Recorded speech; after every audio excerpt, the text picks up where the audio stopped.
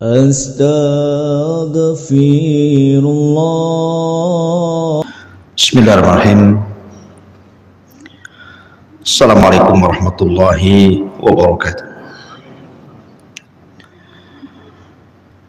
Alhamdulillah wassalatu wassalamu ala rasulillah wa ala alihi wa sahbihi wa mawalah. Wala hawla wala quwata illa billahi wa ba'd. Alhamdulillah, di pagi menjelang siang ini kita kembali bisa melanjutkan kajian tauhid, dan kita masuk pada bab ke 34, merasa aman dari siksa Allah ataupun makar Allah, dan berputus asa dari rahmat Allah subhanahu wa ta'ala.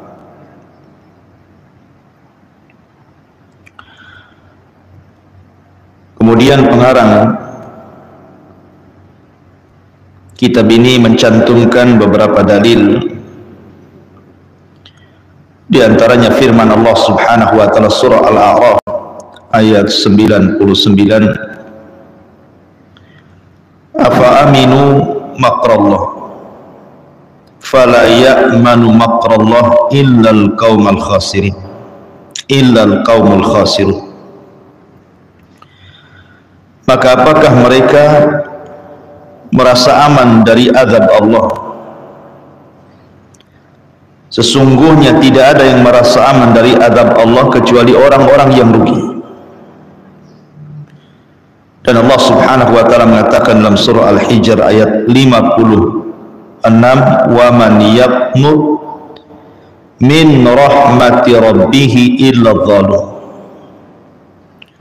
Dan tiada yang berputus asa dari rahmat Rabbnya kecuali orang-orang yang sesat.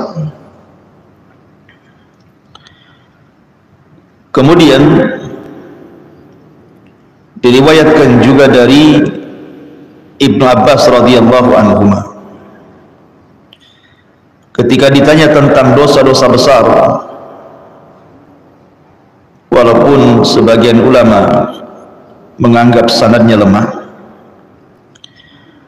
maka Nabi sallallahu alaihi wasallam kemudian menjawab, asyirku billahi wal ya'su min rauhillahi wal amnu min makrillahi. Di antara dosa besar adalah syirik kepada Allah, berputus asa dari rahmat Allah, dan merasa aman dari makar Allah subhanahu wa ta'ala. Kemudian juga disebutkan oleh Abdul Razzaq,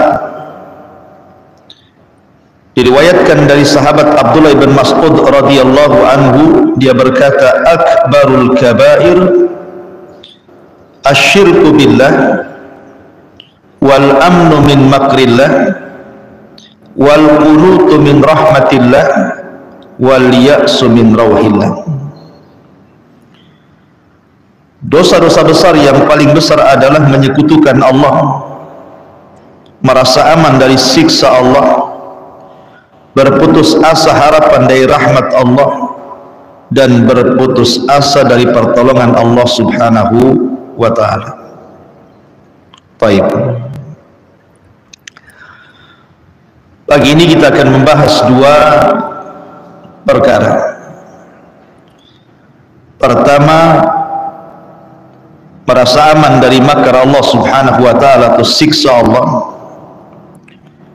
dan kebalikannya berputus asa dari rahmat Allah subhanahu wa ta'ala. Ma'asyiral muslimat yang dimuliakan Allah subhanahu wa ta'ala, kita tahu bahwa sebab terbesar kenapa orang itu gemar melakukan maksiat, kecanduan dengan maksiat, tidak mau berhenti dengan maksiat, penyebabnya adalah karena dia merasa aman dari makar Allah,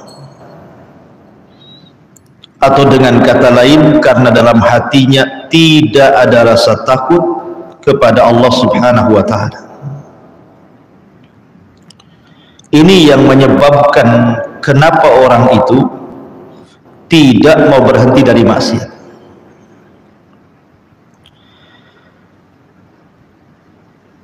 Karena terkadang apabila ada orang yang kemudian ibadahnya kurang, bahkan sama sekali tidak beribadah kepada Allah Subhanahu wa ta'ala, maksiatnya banyak, tetapi kehidupannya secara zahir nampaknya senang saja, sehat-sehat saja, usahanya lancar, ketawa-ketawa saja, dan begitu seterusnya. Sehingga kemudian ada orang yang menjadikan dalil, buktinya si fulan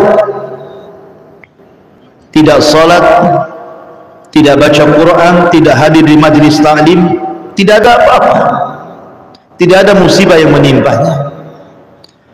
Akhirnya orang-orang pun mulai mengikuti langkah dan contoh si fulan yang bermaksiat tapi tidak diazab. Lihat perkataan orang-orang saat melihat Qarun keluar dengan kemegahannya. Allah Subhanahu wa ta'ala berfirman, fa kharaja ala qaumihi fi zinatihi qala alladziina yuriduna al-hayata ad-dunya ya laita lana mithla ma utiya Qarun.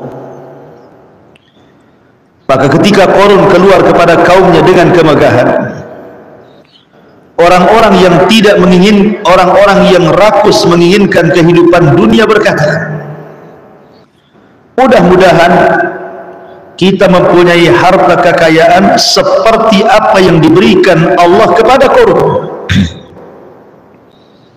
Dan kebanyakan manusia seperti itu. Kebanyakan manusia seperti itu.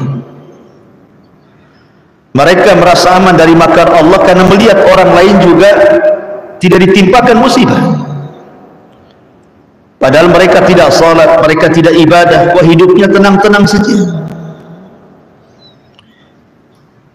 Maka akhirnya dia pun mengucapkan seperti ucapan Qarun, seperti ucapan orang-orang yang melihat Qarun, ya laita lana mithla ma utiya Qarun.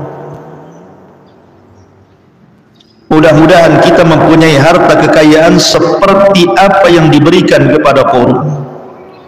Akhirnya kemudian tanpa melihat bagaimana orang itu berhasil, bagaimana orang itu bekerja dari awal sehingga jadi kaya raya, sehingga menjadi pejabat dan begitu seterusnya, dia pun mengikuti jejak orang itu tapi dengan cara yang keliru, menghalalkan segala cara. Persis seperti sabda Nabi SAW, sayati alaikum zaman la yubalil mar'u bima akhadal mal. Akan datang zamannya di mana orang-orang tidak peduli saat mengambil hartanya, saat mengambil kekayaannya, amin halalin amin haramin, ataukah dia mengambil dari yang haram ataukah dari yang halal, enggak peduli. Yang penting dia bisa kaya seperti dia, bisa punya pangkat jabatan seperti dia, akhirnya dia merasa aman dari makar Allah dan tidak takut kepada Allah Subhanahu wa ta'ala. Itulah penyebab terbesar kenapa orang tidak peduli dan peduli dengan maksiat, karena tidak ada rasa takut dalam hatinya yang menimbulkan merasa aman dari makar Allah Subhanahu wa ta'ala. Ma'asyiral muslimat yang dimuliakan Allah Subhanahu wa ta'ala, padahal kalau seandainya kita masih memandang bagaimana kisah Qarun, Qarun itu, pada awalnya dia adalah pengikut Nabi Musa. Bahkan diceritakan bahwa Qarun ini seorang munawwir, orang yang memiliki bacaan Taurat yang paling indah di zamannya. Orang suka dengan Qarun. Akhirnya kemudian saat dibukakan kepada Qarun kekayaan yang membentang di hadapannya, sehingga Qarun menjadi kaya raya, akhirnya lupa diri. Begitulah kekayaan terkadang melupakan diri. Kalla innal insana la yatgha an ra'ahus taghna. Terkadang orang mudah melampaui batas ketika Allah Subhanahu wa taala berikan kecukupan kepadanya. Akhirnya kemudian Qarun ini dinasihati baik-baik. Kemudian dikatakan kepada Qarun, la tafrah innallaha la yuhibbul farihin. Qarun, jangan senang dulu, karena Allah Subhanahu wa taala tidak suka kepada orang-orang yang menyombongkan dirinya. Allah tidak suka dengan orang-orang yang menyombongkan dengan hartanya. Wabtaghi fima ataqallahu daral akhirah wa la tansa nasibaka minad dunya wa ahsin kama ahsanallahu ilaik wa la tabghi al fasada fil ard innallaha la yuhibbul mufsidin. Kemudian orang-orang baik ini pengikut Nabi Musa menasihati lagi, Qarun, carilah pahala negeri akhirat dengan apa yang telah dianugerahkan Allah kepadamu. Artinya hartamu itu gunakan di jalan Allah, tetapi jangan sampai engkau lupa bagianmu di dunia, dan jangan sampai lupa untuk berbuat baik kepada orang lain sebagaimana Allah telah berbuat baik kepadamu. Sebagaimana Allah sudah membentangkan kekayaan kepadamu, maka kau harus berbuat baik kepada manusia. Berikan haknya, hartamu kepada manusia, zakatnya, sedekahnya, dan janganlah kamu berbuat kerusakan di bumi ini, karena sungguh Allah tidak menyukai orang-orang yang melakukan kerusakan. Artinya Qarun itu sudah dinasihati agar jangan sombong, karena Allah tidak suka dengan yang sombong. Jangan merusak di bumi, karena Allah tidak suka orang-orang yang merusak. Sebagaimana Allah telah berbuat baik kepadamu dengan melimpahkan harta, maka kau juga harus berbuat baik kepada manusia. Jadi Qarun ini sudah dinasihati, tetapi mental nasihatnya, dia pun lalai dengan kehidupan dunianya. Hartanya menutupi akal dan juga hatinya. Justru dia menjadi orang yang paling membangkang nabinya. Maka apa yang terjadi ketika Qarun merasa aman dari makar Allah, tidak takut kepada Allah, maka Allah Subhanahu wa taala firmankan, fa khassafna bihi wa bidarihi al-ardha fama kana lahu min fi'atin yansurunahu min dunillah wa ma kana minal muntasirin. Maka kami benamkan si Qarun beserta rumahnya, beserta harta-hartanya ke dalam perut bumi, maka tidak ada baginya satu golongan pun yang akan menolongnya selain Allah, dan tidak termasuk orang-orang yang dapat membela dirinya di hadapan Allah. Lihat, orang-orang yang merasa aman dari makar Allah, akhirnya Allah Subhanahu wa taala timpakan kepada Qarun azab yang sangat pedih, ditenggelamkan dirinya dan seluruh harta-hartanya. Ma'asyiral muslimat yang dimuliakan Allah Subhanahu wa taala, Uqbah ibn Amir radhiyallahu anhu mendengar hadis dari Nabi sallallahu alaihi wasallam. Kata Nabi sallallahu alaihi wasallam, "Idza ra'aitallaha yu'til 'abda minad dunya 'alal ma'asihi ma yuhibbu fa innama huwa istidrajun." Perhatikan di sini. apabila engkau melihat Allah memberikan kepada hambanya banyak dunia padahal dia ahli maksiat. Kan begitu Bu ya, di masyarakat itu kadang ibu melihat tetangga ibu nggak sholat tetapi kaya, nggak sholat tapi sehat, nggak sholat tapi bisnisnya lancar, nggak sholat tetapi hidupnya nampaknya senang-senang. Apa kata Nabi SAW, kalau engkau melihat Allah memberikan sesuatu kepada hambanya dari dunia padahal dia di atas kemaksiatan kepada Allah Subhanahu wa ta'ala, bahkan dia cinta dengan maksiat itu, kata Nabi SAW, fa innama huwa istidraj, itu hanya istidraj saja Bu. Apa istidraj itu Bu? Istidraj itu artinya Allah sengaja membiarkan, dibiarkannya dia sampai pada waktunya Allah kirim azabnya. Makanya kemudian Rasul Nabi Sallallahu Alaihi Wasallam membacakan sebuah ayat kepada kita semuanya setelah mengatakan seperti itu, falamma nasu ma dzukkiru bih fatahna alaihim abwaaba kulli syai'in hatta idza farihu bima utu akhadnahum baghtatan fa idza hum mublisun. Maka ketika mereka melupakan peringatan yang telah diberikan kepada mereka, kami pun membukakan semua pintu kesenangan untuk mereka. Ketika mereka melupakan peringatan yang telah diberikan kepada mereka, kata Allah, kami pun membukakan semua pintu kesenangan untuk mereka. Mereka tidak salat, mereka maksiat, tapi mereka senang dengan dunia, dibukakan dunia lebar-lebar kepadanya. Tetapi apa yang terjadi?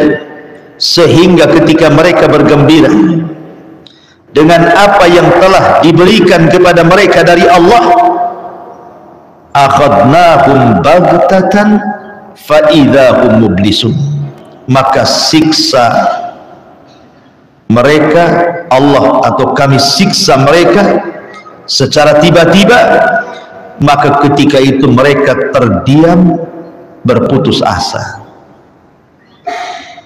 Begitulah Allah Subhanahu wa ta'ala terkadang membiarkan orang itu di atas kesenangan dulu, di atas kesenangan dulu, setelah kemudian merasa senang, merasa sombong, merasa tidak takut, merasa kemudian aman dari makar Allah Subhanahu wa ta'ala, maka Allah Subhanahu wa ta'ala akan mengirim azabnya sekonyong-konyong. Baru tahu kalau Allah Subhanahu wa ta'ala ala kulli syai'in qadir, atas segala sesuatu maha mampu. Perhatikan sebuah kisah yang disebutkan oleh Allah dalam surah Al-Qalam. Ini menunjukkan bahayanya merasa aman dari makar Allah. Allah Subhanahu wa ta'ala berfirman, inna balawnahu kama balawna ashabal jannati idh aqsamu la yaslimunnaha musbihin wa la yastathnun fatafa 'alaiha ta'ifun min rabbika wa hum na'imun fa asbahat kassarin fatanadaw musbihin aniddu ala harthikum in kuntum sarimin fantalaqu wa hum yatakhafatun alla yadkhulannaha al-yawma 'alaykum miskin wa ghadaw ala ardin qadirin falamma ra'awha qalu inna ladhalun bal nahnu mahrumun qala awsatuhum alam aqul lakum laula tusabbihun qalu subhana rabbina inna kunna zalimin. Fa aqbala ba'duhum ala ba'di yatalawamun qalu ya wailana inna kunna taghin asa rabbuna an yubdilana khairan minha inna ila rabbina raghibun. Jadi ada kisah, Bu, begini kisahnya. Di zaman dulu ada orang kaya, kaya raya. Tetapi dia orang baik, Bu. Orang kaya ini orang baik. Dia punya kebun yang sangat luas sekali, dipenuhi dengan buah-buahan. Apabila datang waktu panen, maka dia akan undang orang-orang miskin untuk memetik buah-buahan tersebut. Jadi dia mendahulukan orang-orang miskin biar mengambil yang baik-baik. Setelah orang-orang miskin itu mengambil jatah-jatah mereka, kemudian pergi, barulah kemudian pemilik kebun ini memanennya, kemudian menjualnya. Tapi dengan cara itu Allah lapangkan kekayaannya. Karena bagaimanapun dalam syariat Islam, ma naqasa min mali sadaqah, tidak mungkin berkurang harta yang disedekahkan. Mana ada hari ini orang punya kebun, sebelum orang yang punya kebun memanennya, dia datangkan orang-orang miskin suruh petik-petik sendiri. Kemudian setelah dipetik yang baik-baik, kemudian orang-orang miskin sudah mendapatkan jatah, kemudian pulang, baru kita yang memanennya. Mana ada hari ini kayak gitu, Bu. Tapi ini terjadi di zaman dulu. Akhirnya kemudian meninggallah orang kaya yang baik ini, punya anak 5, yang 4 jahat, yang 1 baik. Yang tengah-tengah ini baik, yang nomor 3 ini, yang nomor 1, nomor 2 jahat, yang nomor 3 baik, nomor 4, nomor 5 jahat. Jadi akhirnya kemudian yang 4 anaknya ini mengatakan, bapak kami ini bodoh, ngapain orang-orang miskin itu dikasih jatah? Coba kalau seandainya kita jual semua hasilnya, tentu kita akan kaya dan semakin kaya. Akhirnya kemudian mereka pun bermakar, membuat tipu daya. Dengan cara apa? Mereka akan datang pagi-pagi buta sebelum orang-orang miskin datang, dan mereka akan memanennya duluan sebelum orang-orang miskin tiba. Dan mereka mengatakan tidak akan memberi sedikit pun bagian kepada orang miskin. Ada saudaranya yang baik, yang tengah-tengah, menasihati jangan seperti itu, bapak kita tidak seperti itu.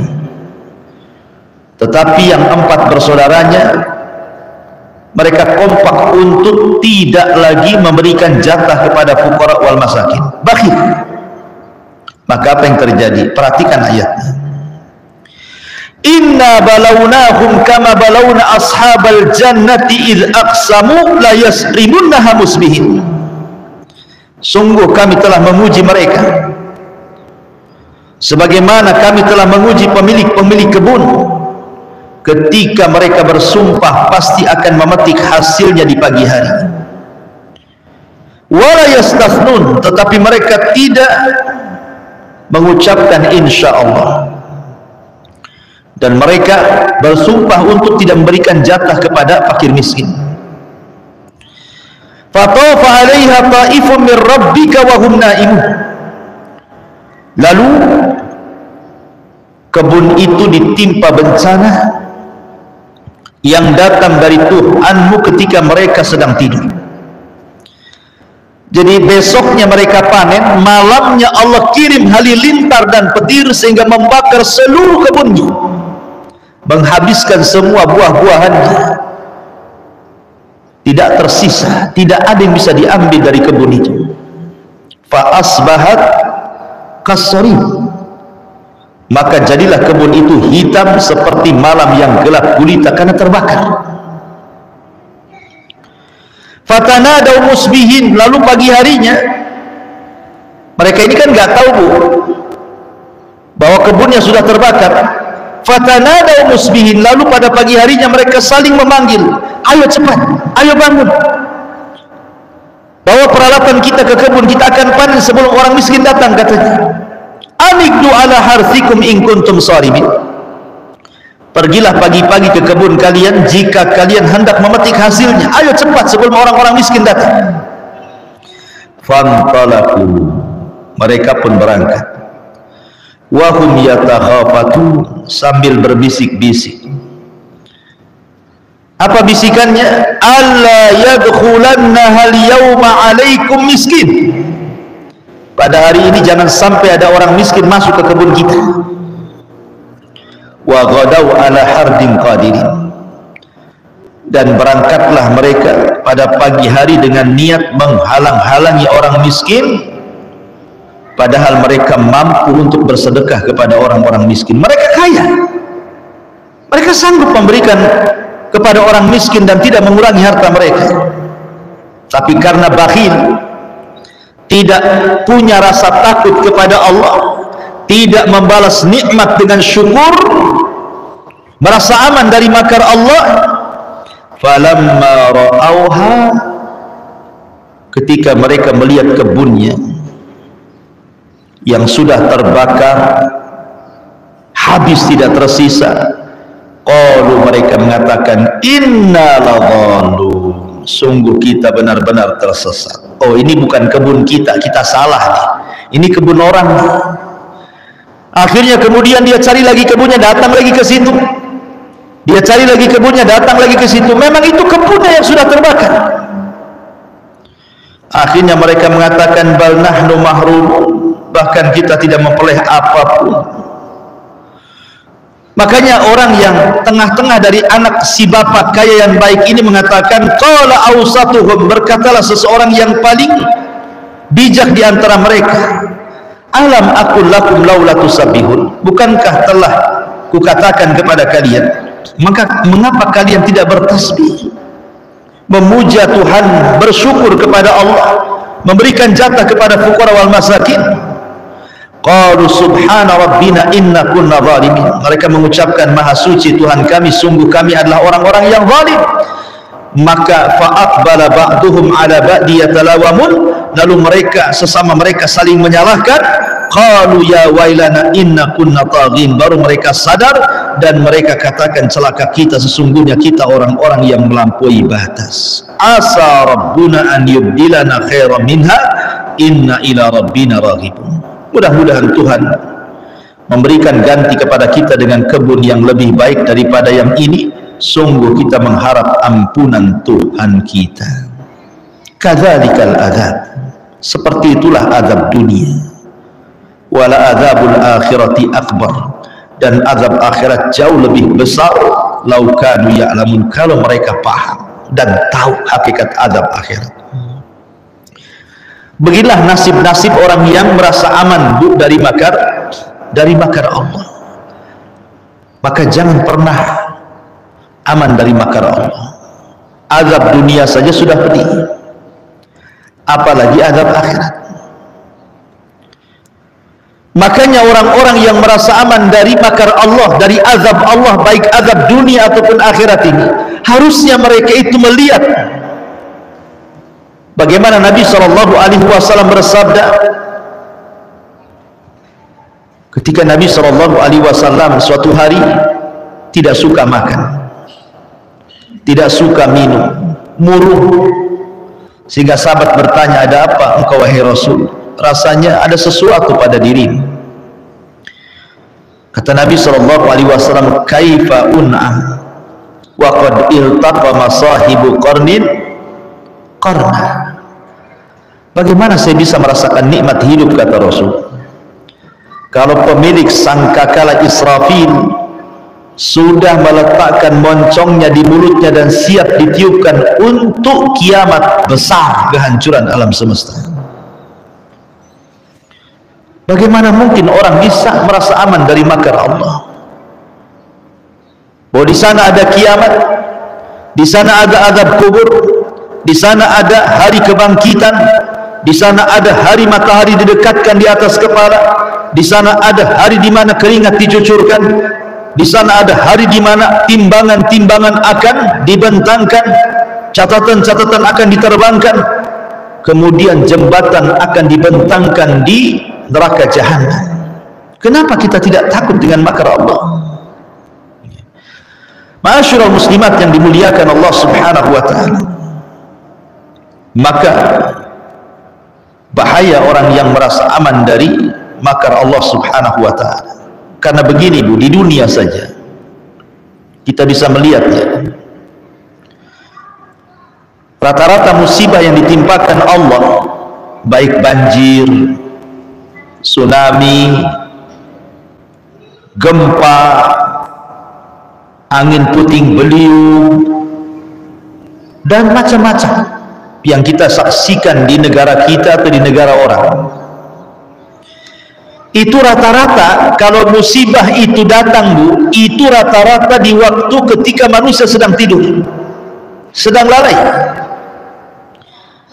Rata-rata musibah itu datang di saat manusia sedang bermain-main, tidak sadar kalau musibah akan datang.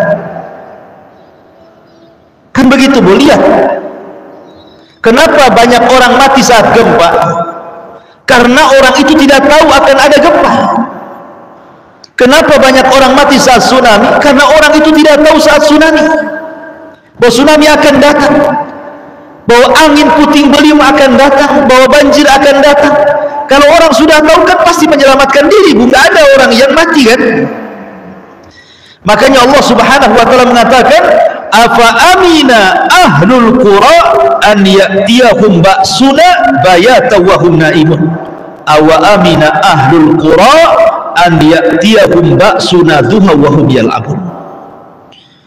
Maka apakah penduduk negeri ini merasa aman dari siksa kami yang datang malam hari ketika mereka tidur? Ataukah penduduk negeri ini merasa aman dari siksa kami saat datang sementara mereka sedang bermain-main? Afa aminu makrallah fala ya'manu makrallah illal qaumul khasirun. Atau apakah mereka merasa aman dari siksa Allah yang datang tidak terduga? Tidak ada yang merasa aman dari siksa Allah kecuali orang-orang rugi. Terkadang ada orang yang mati saat terjadi musibah itu tidak sempat bertobat Bu, tidak sempat dia sholat, dia tidak pernah sholat tapi ngaku Islam. Saat datang tsunami, saat datang gempa, saat datang banjir, tidak sempat sholat dia mati, tidak sempat tobat dia mati, tidak sempat mengembalikan hak orang lain yang diambilnya, tidak sempat dia meminta maaf kepada orang yang dizaliminya, tidak sempat dia memperbaiki dirinya, mengeluarkan hak hartanya dari sedekah dan zakatnya, tidak sempat apa-apa. Tiba-tiba kemudian datang kematian kepadanya. Apa yang terjadi? Su'ul khatimah, dia mati di atas keburukan. Apa ini yang diinginkan? Itulah bahayanya kalau orang tidak takut kepada Allah dan kalau orang itu merasa aman dari makar Allah Subhanahu wa ta'ala. Ma'asyiral muslimat yang dimuliakan Allah Subhanahu wa ta'ala. Makanya tanamkan rasa takut ini pada setiap hati kita, rasa takut kita kepada Allah, karena ini termasuk rukun ibadah. Ibu kalau sholat pasti baca Al-Fatihah kan Bu? Pasti semua orang yang sholat itu baca Fatihah, tidak mungkin gak baca Fatihah, ya kan? Baik sholat wajib ataupun sholat sunnah, karena Fatihah itu rukun. Ibu tahu nggak bacaan Al-Fatihah di awal-awal itu? Allah mengatakan Alhamdulillahi Rabbil Alamin Ar-Rahmanir Rahim Maliki Yaumiddin. 3 ayat pertama ini bicara tentang rukun ibadah hati.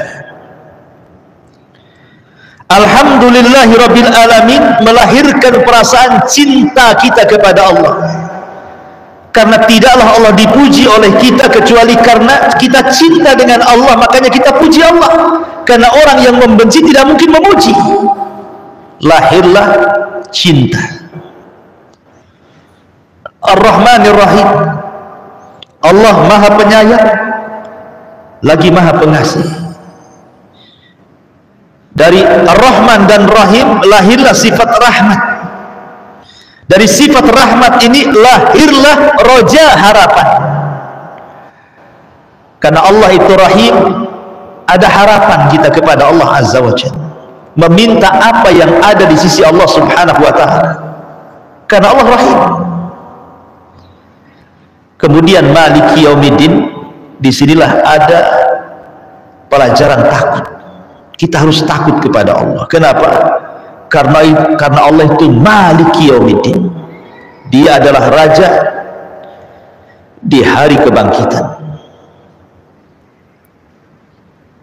Ketika alam semesta dihancur-hancurkan selama 40, apakah 40 hari, 40 bulan, 40 tahun, wallahu alam. Tapi jarak tiupan sangkakala pertama ke kedua itu 40 jaraknya. Allah hancurkan semuanya. Allah tumpahkan lautan ke daratan. Allah jatuhkan bintang dan alam semesta yang ada di langit. Bahkan Allah gulung langit, Allah gempakan bumi, Allah terbangkan gunung, Allah binasakan manusia, jin dan juga para malaikat. Ketika tidak ada makhluk kecuali yang Allah kecualikan, Allah mengatakan apa? Limanil mulkul yaum, limanil mulkul yaum. Tahukah kamu kerajaan ini milik siapa, kata Allah? Tidak ada yang menjawab karena tidak ada makhluk, sudah binasa semuanya. Maka Allah jawab sendiri, lillahil wahidil qahhar. Kerajaan ini milik yang satu dan maha perkasa, dialah Allah Maliki Yaumiddin. Lahir perasaan takut, takut kepada Allah Subhanahu wa Ta'ala. Karena takut ini adalah ibadah hati. Artinya harapan dan takut ini tidak boleh dihilangkan. Karena itu sama dengan kedua sayap burung, dan kepalanya adalah al-hub, perasaan cinta kepada Allah Subhanahu wa Ta'ala. Ini penggalan yang pertama dari mu'alif rahimahullah ta'ala, merasa aman dari siksa Allah. Penggalan yang kedua, jangan berputus asa dari rahmat Allah. Dan ini kebalikannya. Kalau merasa aman dari makar Allah, maka orang ini tidak punya rasa takut. Tetapi kalau berputus asa dari rahmat Allah, artinya orang ini sudah hilang perasaan harapannya kepada Allah, putus asa. Dan dua-duanya dosa besar, tidak boleh. Adapun putus asa dari rahmat Allah Subhanahu wa Ta'ala, maka Allah Subhanahu wa Ta'ala berfirman kepada orang-orang yang mereka dirundung putus asa dari rahmat Allah Subhanahu wa Ta'ala. Allah Subhanahu wa Ta'ala berfirman di dalam Al-Quranul Karim, la taqnatu min rahmatillah, jangan kalian putus asa dari rahmat Allah Subhanahu wa Ta'ala. Putus asa dari rahmat Allah itu terbagi menjadi dua. Putus asa dari rahmat Allah itu terbagi menjadi dua. Pertama, putus asa dari perkara akhirat. Yang kedua, putus asa dari perkara dunia. Apa bedanya? Kalau putus asa dari perkara akhirat, dia merasa bahwa dosa yang sudah dilakukannya tidak akan diampuni oleh Allah Subhanahu wa Ta'ala, sehingga dia putus asa. Kan ada orang-orang itu yang banyak melakukan dosa, bukan? Akhirnya stres. Gimana caranya saya mati? apakah saya bisa masuk surga atau tidak, bagaimana nanti di kuburan, bagaimana ini dan itu. Ketakutan dia. Akhirnya bertobat pun tidak, yang ada stres. Itu putus asa dari akhirat namanya. Dia tidak paham bahwa Allah itu Ghafurur Rahim. Allah itu Maha Pengampun dan Maha Penyayang bagi hamba-hambanya. Kita lihat satu kisah, Bu. Ketika Nabi Musa alaihi salatu wasallam duel dengan tukang-tukang sihir Fir'aun, akhirnya kemudian Musa berhasil mengalahkan tukang-tukang sihir Fir'aun itu. Itu bukan tukang sihir biasa, Bu. Itu tukang sihir pilihan dari semua tukang sihir yang ada di seleksi. Jadi tukang-tukang sihir yang melawan Nabi Musa itu bukan kaleng-kaleng, bukan tukang sihir rendahan, tidak. Itu sudah pilihan Fir'aun itu, yang sakti-saktinya itu yang dipilih itu. Kemudian mereka pun duel dengan Nabi Musa. Mereka tidak sadar siapa yang dihadapi. Musa kalimullah, ulul azmi, nabi, rasul, punya mukjizat. Ketika mereka melemparkan tali-talinya sehingga dihayalkan seolah ular yang menyerang Nabi Musa, maka Allah perintahkan Musa untuk melempar tongkatnya, tiba-tiba jadi ular beneran, bukan hayalan. Kalau mereka kan ular hayalan, kalau Nabi Musa ular beneran, besar lagi, kadang membesar, kadang mengecil, memakan tambang-tambang itu. Berkomat kami telah dukun-dukun Fir'aun itu, tetap saja tidak bisa merubah ular Nabi Musa, karena itu bukan hayalan, itu beneran. Itu mukjizat dari Allah. Ketakutan akhirnya. Karena ketakutan, menyerahlah tukang-tukang sihir Fir'aun itu, tiba-tiba bertobat, kemudian sujud kepada Allah Azza wa Jalla. Ketika kemudian mereka tukang-tukang sihir itu sujud kepada Allah, mengikuti agamanya Nabi Musa, Fir'aun marah. Kemudian Fir'aun mengatakan, amantum qabla an adzana lakum, berani-beraninya kalian beriman kepada Musa sebelum aku izinkan. Subhanallah, beriman saja harus izin si Fir'aun. Akhirnya Fir'aun pun mengatakan, kalau begitu kubunuh kalian semua kalau kalian tidak murtad kembali. Akhirnya Allah takdirkan tukang-tukang sihir yang tobat ini istiqomah pula, dia tidak mau murtad. Akhirnya Fir'aun membunuh semua tukang-tukang sihir itu. Abdullah ibn Abbas radhiyallahu anhu mengatakan, lihat tukang-tukang sihir itu. Di pagi hari mereka saharatun fajar, menjadi tukang sihir yang jahat. Tapi di sore hari syuhadaun barar, tukang-tukang sihir itu menjadi para syuhada, orang yang mati syahid dan mati di atas kebaikan, dan Allah masukkan mereka ke dalam surga. Yang ingin saya katakan, Bu, tukang-tukang sihir Fir'aun itu tidak pernah sujud kecuali satu kali, tidak pernah beribadah kecuali hanya satu kali sujud saja, itu seumur hidupnya. Mereka bergelimang dengan kesyirikan, menyembah berhala, menyembah Fir'aun. Mereka tidak punya kebaikan sama sekali. Mereka hanya sujud satu kali, habis itu dibantai oleh Fir'aun. Kata Abdullah ibn Abbas radhiyallahu anhuma, lihat tukang-tukang sihir Fir'aun itu, di pagi hari mereka tukang sihir yang jahat, tapi di sore hari mereka menjadi para syuhada yang baik. Apa maknanya? Tukang sihir ini tidak punya kebaikan, tapi ketika tobat dan sujud satu kali, cukup bagi Allah untuk menyayangi tukang sihir ini dan masukkan ke dalam surga. Menunjukkan bahwa rahmat Allah itu lebih luas dibandingkan murkanya. Padahal kalau dibelen-belen, Bu, nggak belen kan, Bu? Seumur hidup dia melakukan kesyirikan, satu kali sujud menghilangkan semua dosa syiriknya, kan nggak belen.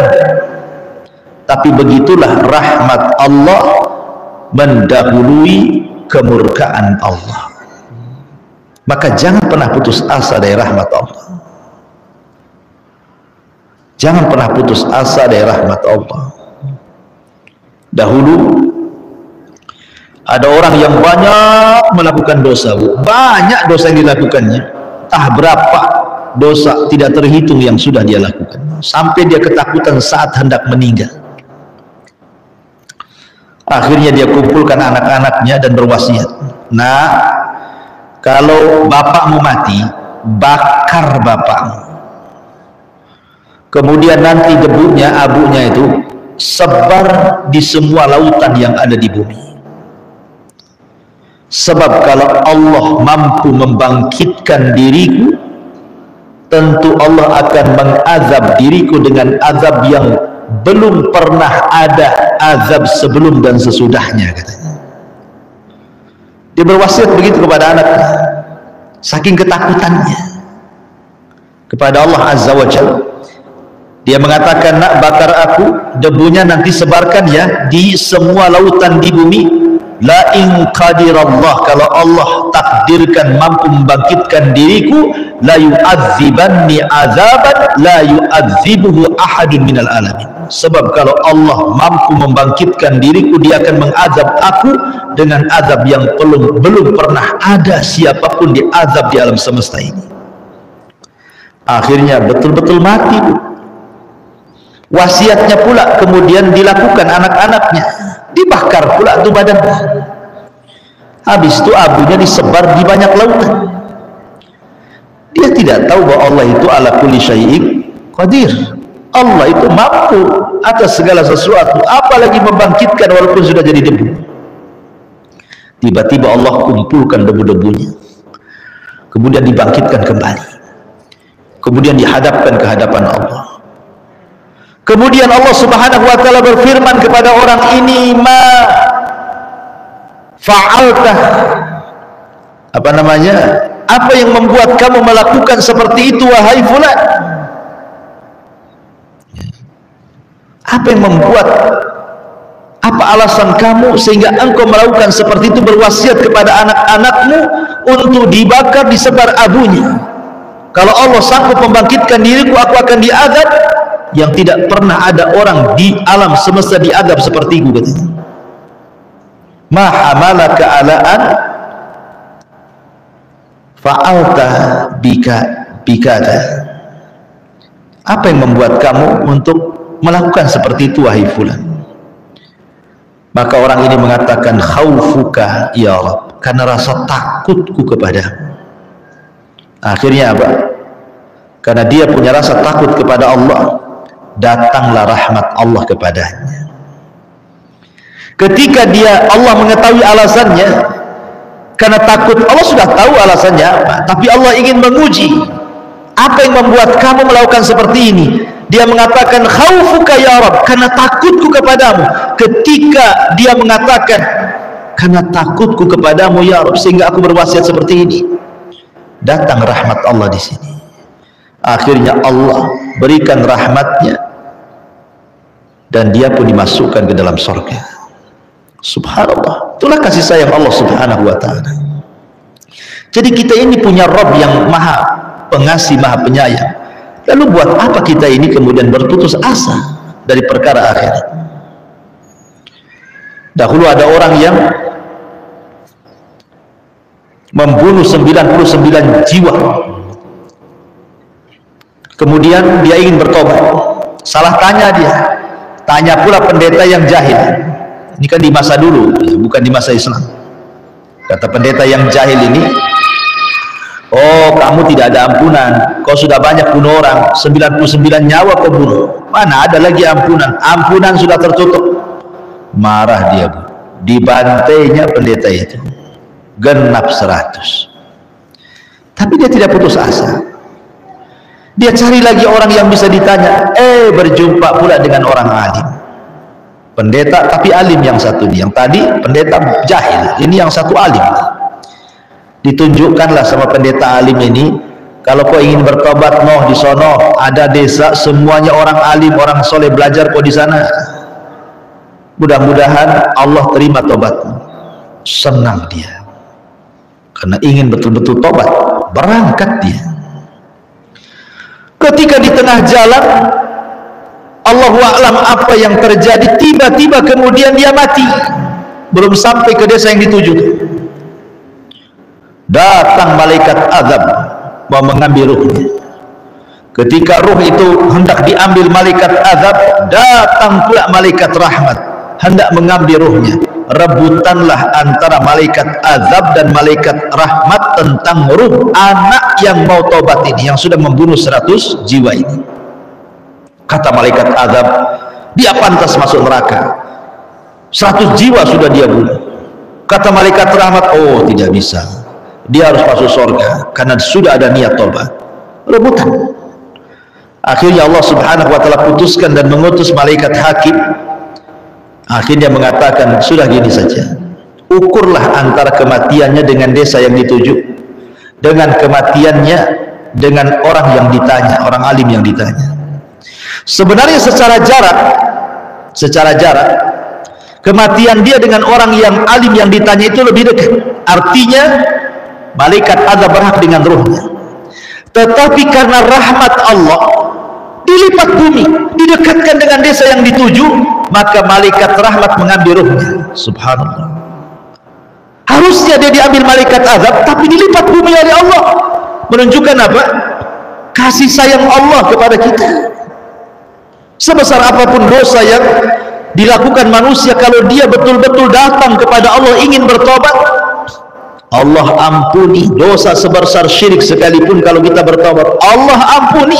Ya ibna Adam, law dhunubuka anana sama summa astaghfartani ghafartu laka ala ma kana minka wala ubali. Hai anak Adam, kata Allah dalam hadis kudusi, kalau dosamu membumbung sampai ke langit, kemudian kau minta ampun kepadaku, ku ampuni.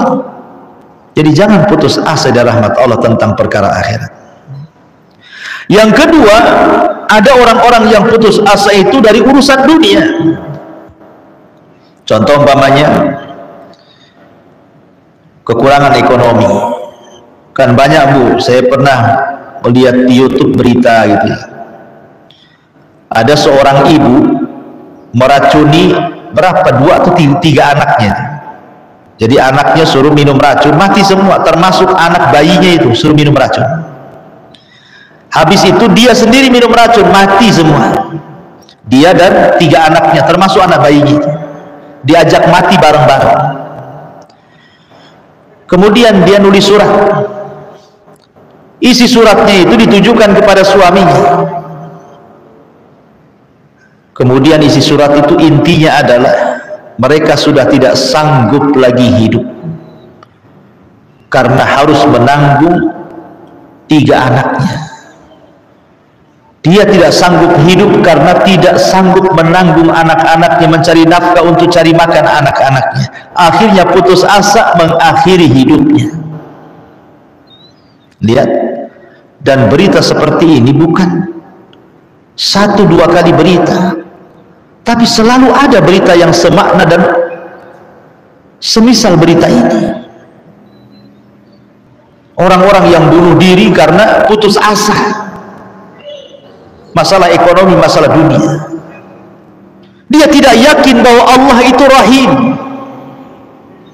Allah yang mengatakan dalam Al-Quran, nahnu narzuqukum wa iyyahum, aku loh yang memberikan rizki kepada kalian dan anak-anak kalian.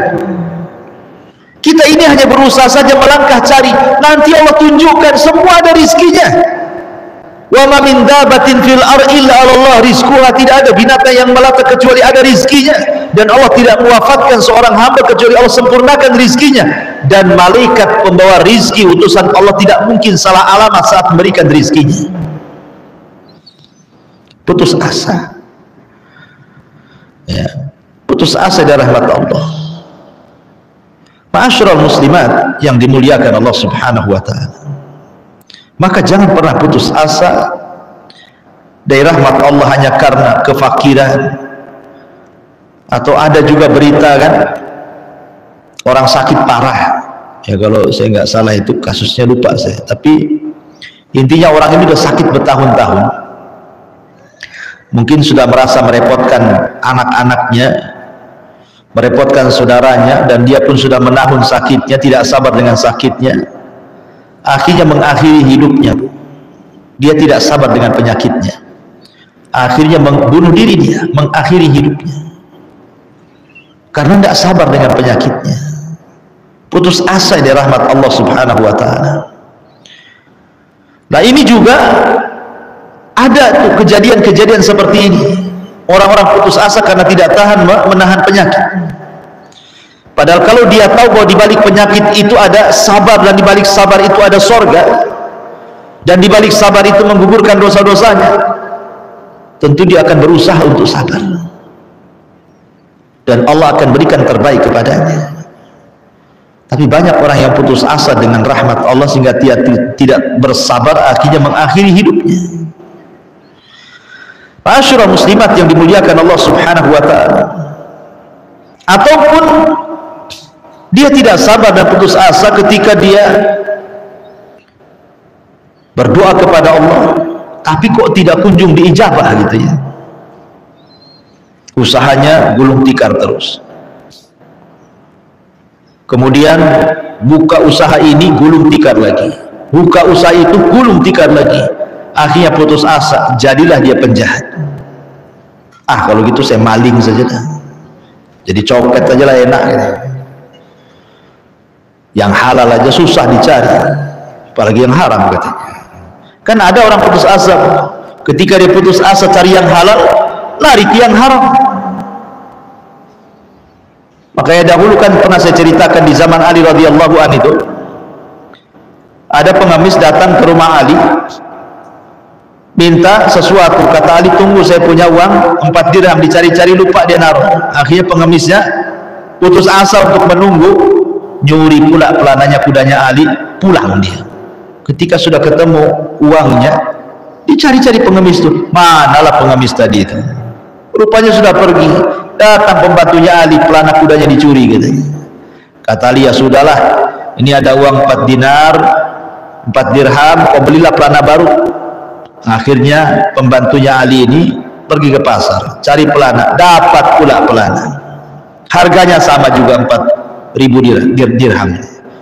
Ketika Ali melihat, lah ini kan pelana kita katanya, kau dapat dari mana? Dari pasar wahai Ali.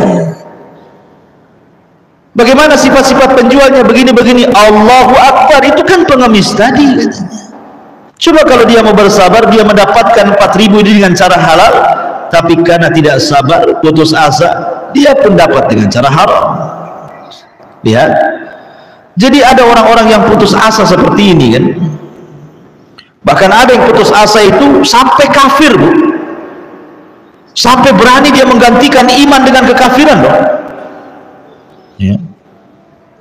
Ketika dia nikah dengan orang bule, dengan orang barat, dengan orang seberang itu kan, kita perempuannya muslimah, laki-lakinya kafir, non muslim, tidak sabar dia dengan mempertahankan agamanya karena tergiur dengan dunia yang ditawarkan suaminya yang kafir itu. Bisa dia pindah agama, Masya Allah gitu ya, hanya gara-gara rumah suka jadi, dia bisa tuh melepas Islamnya jadi kafir.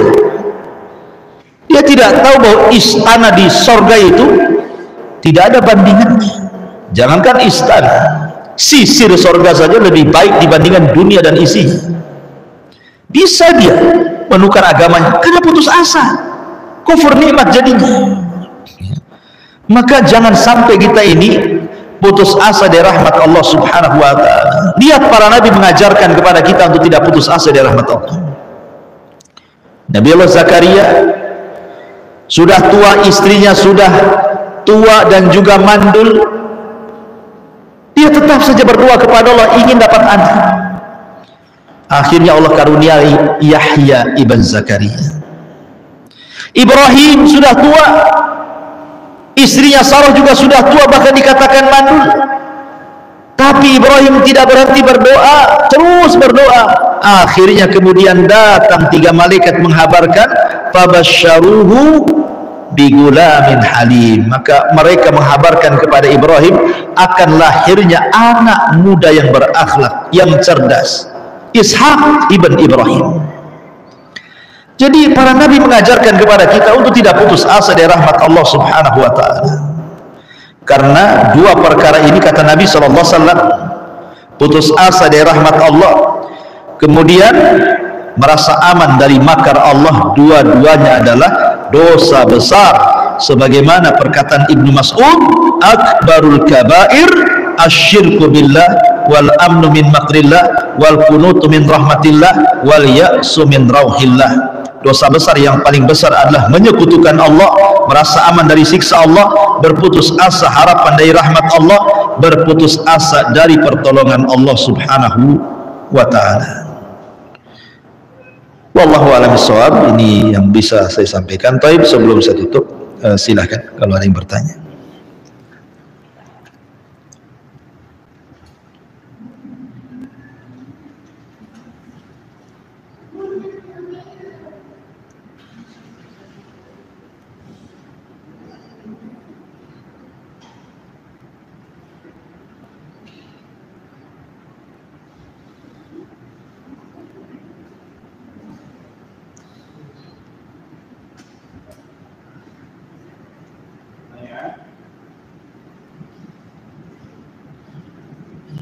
Ya, kalau nggak ada, alhamdulillah.